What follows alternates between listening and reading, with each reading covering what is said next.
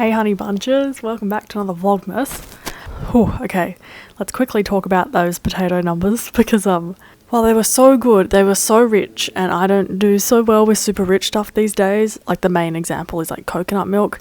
Didn't think that like crunchy oiliness could reach that level, but oh my god, it's even making me feel a little nauseous talking about them. While they were so good, I would not make them again. I don't know, there are just so many possibilities and options for crunchy potato moments like in the world without me having to go and make them myself. And I think with my quite hesitant like deep frying technique, there is a thing like that if you don't have the oil hot enough and use enough like along those lines, then the whatever you're deep frying takes on more oil than it should, and I don't think I was frying with the right oil. Anyway, they were very rich. Didn't know potato could get that rich, but like also exquisite and very delicious. Much more delicious and like literally buttery in the inside. Yeah, than they looked from the outside. They looked a bit little dry, but they were not. Tried that internet sensation. Moving on. I just had a shower and washed my hair. Who would have thunked it, I know. And my new shampoo and conditioner arrived. As you might have picked up in the last vlog, I was purchasing the Ethique, their like curl pairing, so their shampoo bar made for curly hairs along with their curly hair shampoo, and obviously the proof will be in tomorrow's pudding, but that was a really nice experience. I've been using my mum's shampoo and conditioner while those were in the post, and they're at like two different ends of the spectrum. Like my mum's hair is quite dry, my hair's like prone to oiliness, and I don't, even though you want to like hydrate your curls, I found what works for me is like not overloading the moisturizing oiliness content in your shampoo and condish, and hers were just so rich, it made my hair so oily. Did not enjoy it, but these felt really light to apply, like not so squeaky that you're like stripping your hair of anything valuable, but like a light effective situation, just a light slicky sensation. Okay, that's my little review. It is Tuesday evening. My phone is still a non-thing. If I haven't heard by tomorrow, I will be following up with them. It's just like not cool. Maybe this is a wild idea. You know, if you get your car service, they provide you with a car for the interim. Phones arguably are the same, if not more, of a key tool for many people's lives. I guess it just so happens that this is like a quieter, but it's not. Like many people rely on their phones more than me, and I guess it's like lucky that it happened to me, but we rely on them so much, don't we? I had a really productive day and then ducked out to do a few errands, and I just popped into an op shop. Wasn't planning on it, and isn't it funny how when you stop looking for things, things show up? Like I've been looking for an A5 frame to frame a Jessie Cave print, like a cute doodle I have for my walls, and couldn't find an A5 frame anywhere because I guess photos don't really come in A5, they come in like inches. And anyway, I found one at the op shop, and I also found, which I've been looking for ages, a really nice denim pair of jeans, and they're country road ones. I am going to like taper the legs slightly so they don't go out. Like it looks cute, but I think it makes my legs look much shorter than they are. I don't have very long legs, but because they're more flattering when they're tapered on my leg size and shape, I feel combined with when you're walking and you have like the flappy fabric going like this, yeah, I'm just gonna do a little sewing machine job on them. But very happy because the jeans I have at the moment, they were thin to begin with, secondhand, and now the shape, even after like half a day's wear when I'm crossing my legs, is frankly abysmal. D-. 1, 2, 3, 4.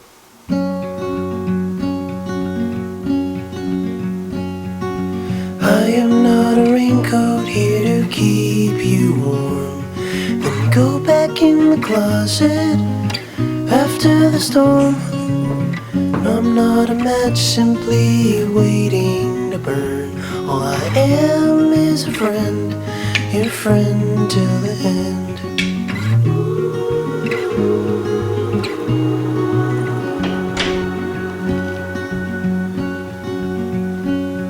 I'm not your impression of a city you wish you loved more than everything you gave for it.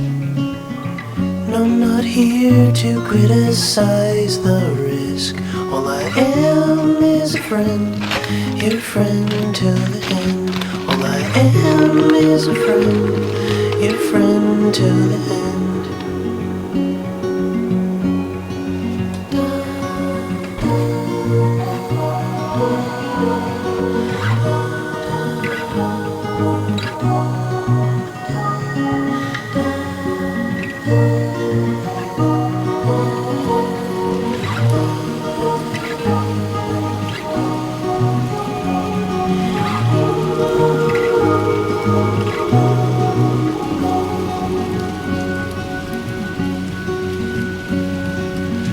am not a witness here to call you in for the things that you done or that thing that you did. And I'm not the shadow of anyone you've been.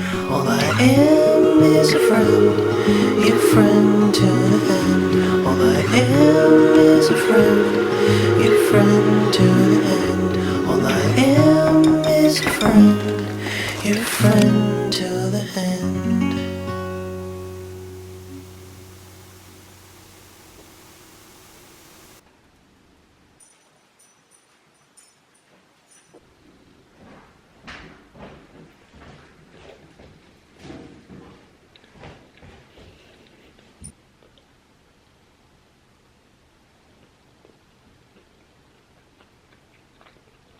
It could not be more of a blah day. I know I always talk about the weather, but like, it's very mild, that's fine, tick, but it's so still and so cloudy. It just feels like the world's going, just a bit bored, really. I've been meaning to make that Weet-Bix slice for a wee while now, since realising that Weet-Bix have a very solid gluten-free variety, or Weetabix, wherever you're from, made out of like sorghum and other things, which performs and tastes like super good and wheaty.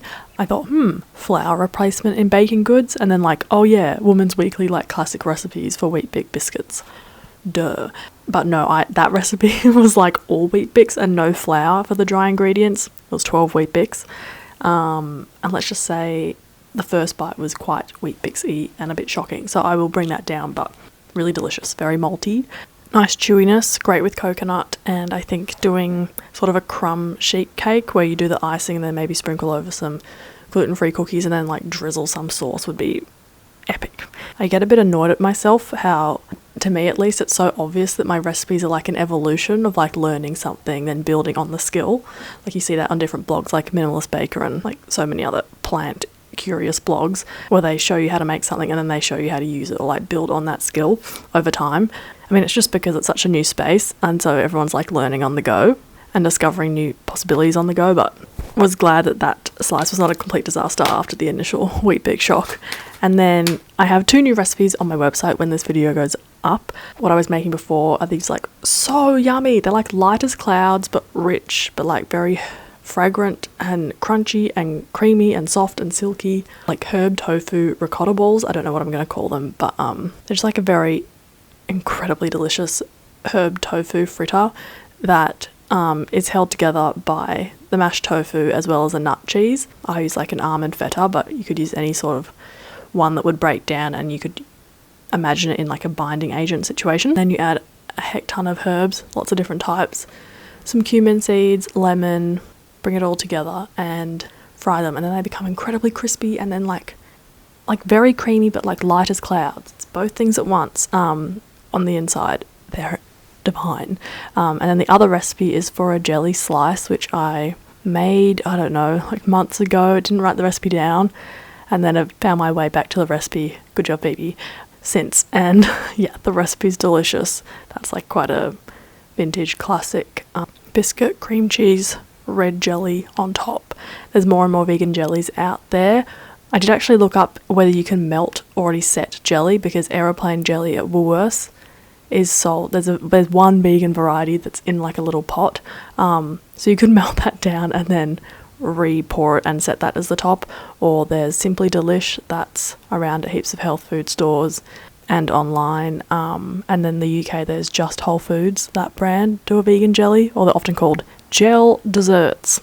The setting agent is seaweed, so I don't know if there's a legal thing there, but yes, those 2 recipes are on my website and they're really, really, really good. And also the jelly slice, my mum's like, that looks quite festive. I'm like, yeah, it does, because the red and white vibe, so it could be a nice Christmas recipe if there's time to be pushing that on you. Speaking of holiday food, I was doing a little perusey and thinking about what I will make on Christmas Day. It's going to be really quiet. I will be the only person who perhaps would want to eat my food, and it will probably be quite traditional, you know, like Christmas Day lunch type thing. But I was very excited to see a recipe from Vegan Richer who has made a so happens to be vegan, gluten-free, like holiday Thanksgiving loaf. It's like a veggie filling in the middle and then encased in this tofu chickpea sort of paste that then bakes, and you can slice it and have like a glaze on it and gravy.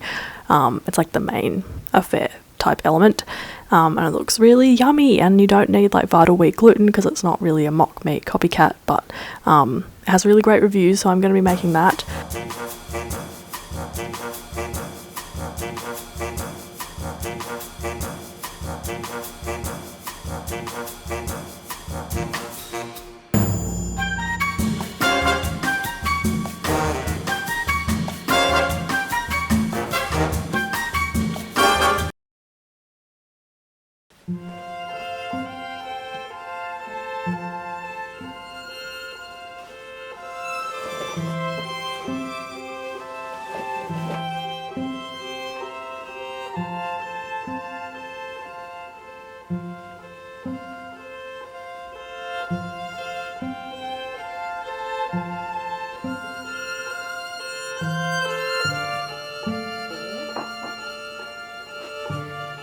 I'm not asking you to do it, I'm asking you to... Well, I'm just gonna hold it.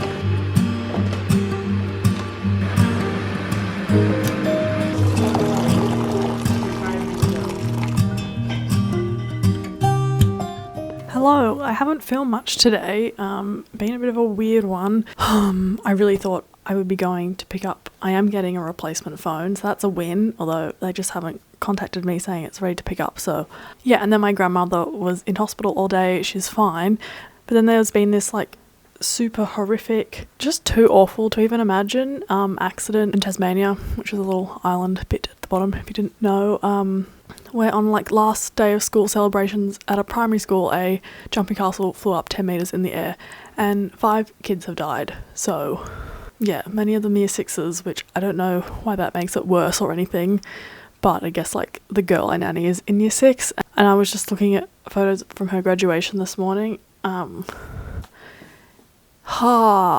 Just so awful.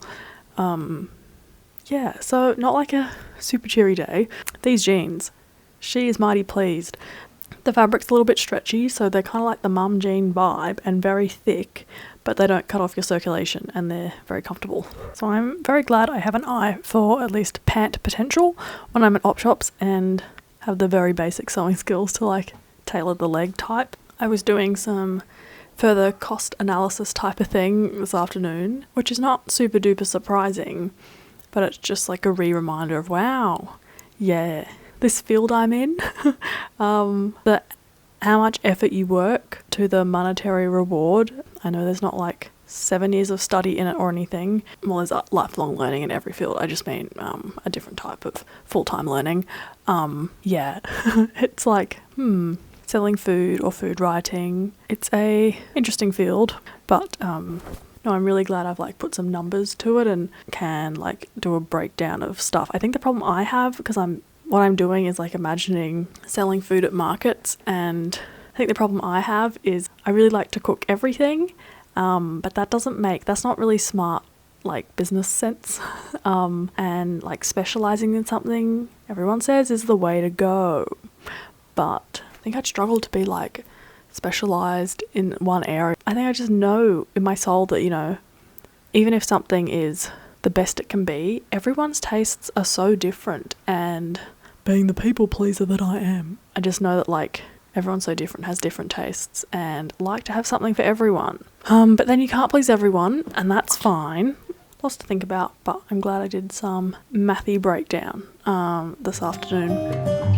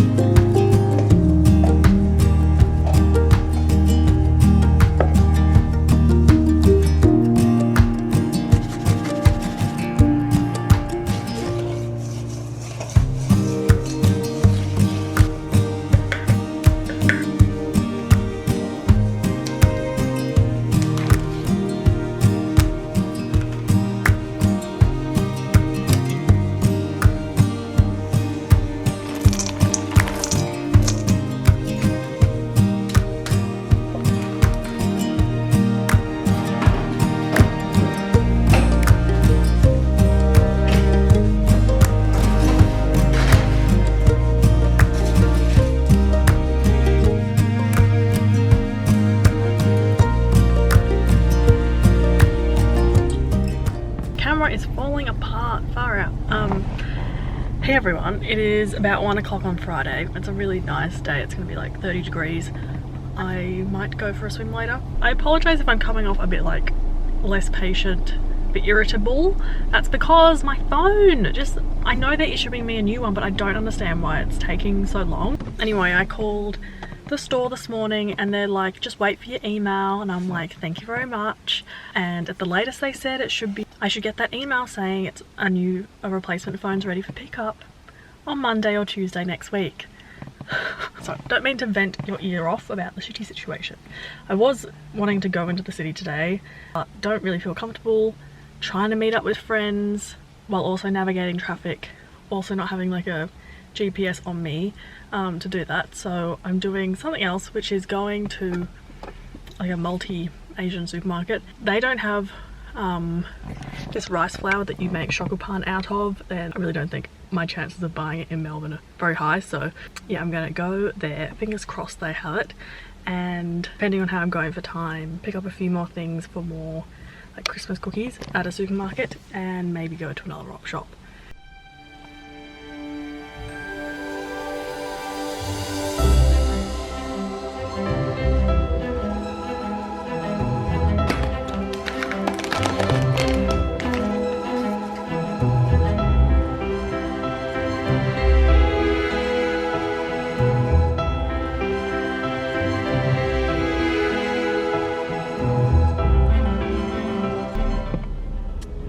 In a very lol change of events, my phone is ready for pickup. Yay! That's what I'm doing now.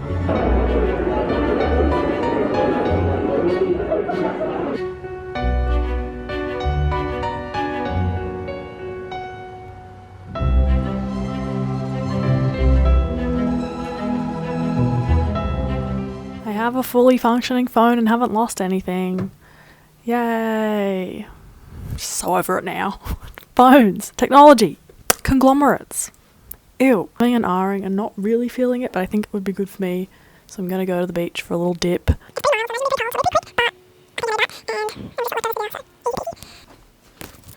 It's too cold.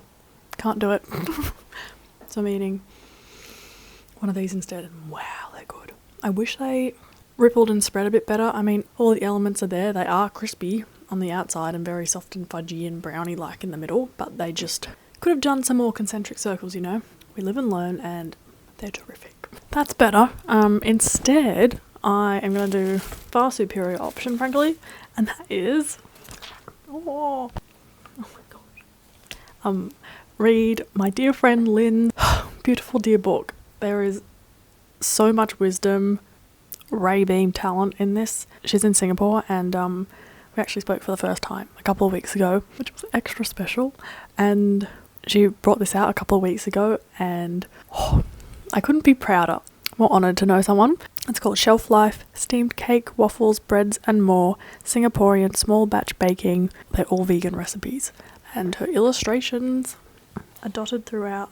Come on. And Lynn's put such detailed recipe notes. Really inspired me to one up my flexibility in recipes and like versatility going forward. So I'm going to tuck into this. Just wanted to mention, I didn't find the, what's it called?